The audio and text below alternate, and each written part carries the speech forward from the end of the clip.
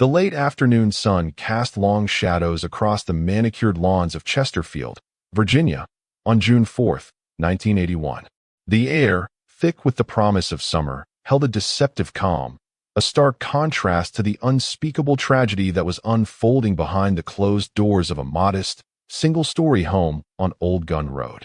Inside, the life of Donna Dobbs, a beloved elementary school teacher, was brutally and abruptly extinguished, leaving a community reeling and a cold case that would haunt investigators and the town's collective memory for decades to come. Her killer, or killers, vanished into the ether, leaving behind a void of unanswered questions and a legacy of sorrow. Donna Dobbs was more than just an elementary school teacher. She was a pillar of her community. Those who knew her described her as warm, compassionate, and dedicated to her students at Beulah Elementary School. She possessed a gentle smile, a kind word for everyone, and a genuine passion for nurturing young minds. She wasn't just teaching them arithmetic and reading. She was instilling in them a love of learning, a sense of self-worth, and the importance of kindness. She was the type of teacher who left a lasting impact, the kind that students remembered fondly long after they'd graduated. Her name often brought up with a wistful smile and a shared memory of her encouraging words. The news of her death sent shockwaves through the schools and the neighborhoods, a shattering of the sense of security that many residents had taken for granted in their seemingly tranquil corner of Chesterfield County. The details surrounding Donna's life beyond the classroom paint a picture of a woman living a quiet, ordinary existence, one that held a comfortable predictability. She lived alone in her neat, single-story residence on Old Gun Road, a woman enjoying her independence, but always deeply connected to her community through her work and her friendships.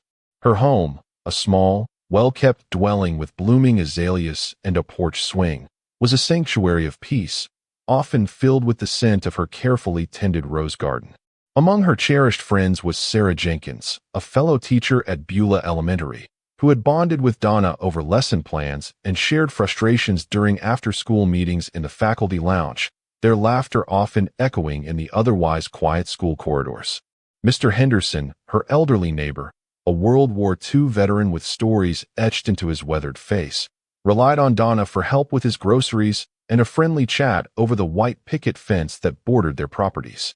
Donna was known for her love of gardening, her meticulous attention to detail in her vibrant rose garden, a riot of crimson and pink blooms that were the envy of the neighborhood, and her unwavering commitment to her profession. Her home, a reflection of her personality, was neat, tidy, and filled with the warmth of a life well lived, often fragrant with the scent of blooming roses. But that warmth would soon be replaced by an icy, unforgiving reality.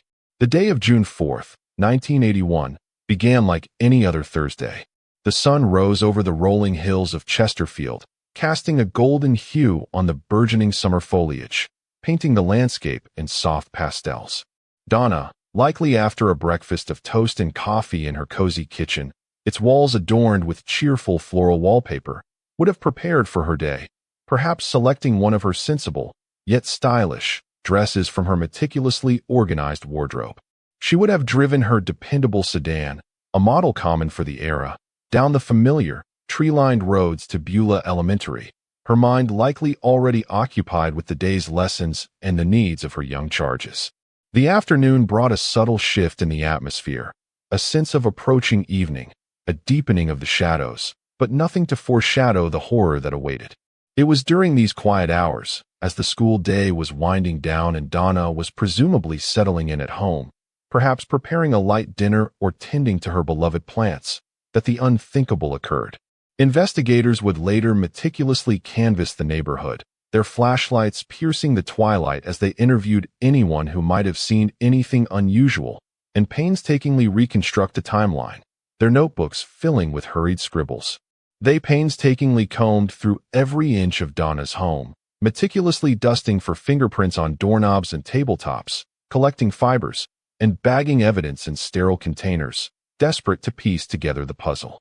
But the exact sequence of events, the identity of the perpetrator, and the motive remained maddeningly elusive. The passage of time didn't diminish the pain, however. For Donna's family and friends, the wound remained raw, a constant. Her parents, a quiet couple who lived a few towns over in a small bungalow filled with faded family photographs, were devastated, their grief a silent, heavy burden they carried for the remainder of their days, their eyes often fixed on a distant, unseeing point. Her siblings, scattered across the state, felt the rupture in their family fabric acutely, the holidays now marked by an unspoken sorrow. The loss of a loved one is always a difficult experience, but when the circumstances surrounding that loss are shrouded in mystery, the pain becomes all the more agonizing.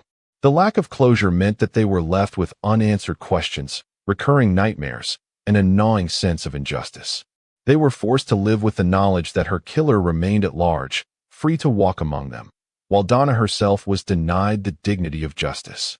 The annual Christmas cards, once a symbol of family connection, now arrived with an unspoken grief, a silent acknowledgement of the empty chair at the holiday table, the silence in the room more profound than any sound.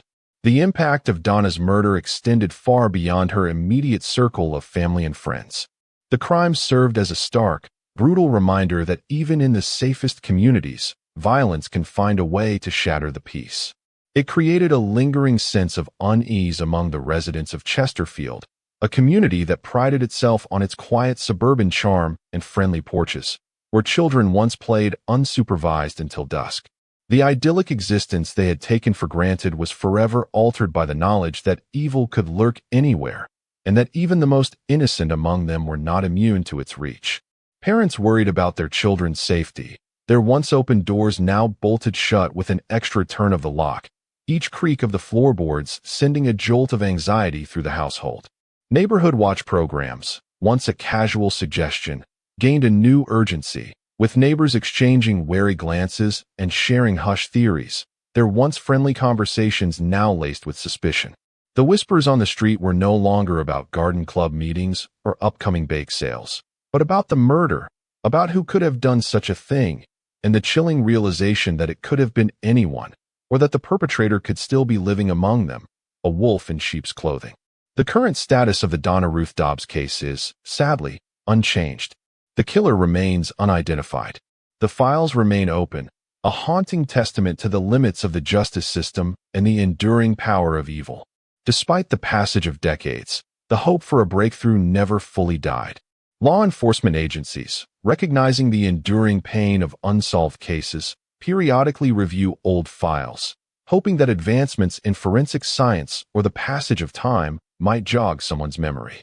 A dedicated cold case unit may have re-examined the evidence, meticulously sifting through every detail, looking for overlooked clues or new avenues of inquiry, such as latent fingerprints on household items or trace DNA evidence collected at the scene, now preserved in pristine, temperature-controlled vaults. Sometimes, the smallest piece of information can be the key to unlocking a cold case.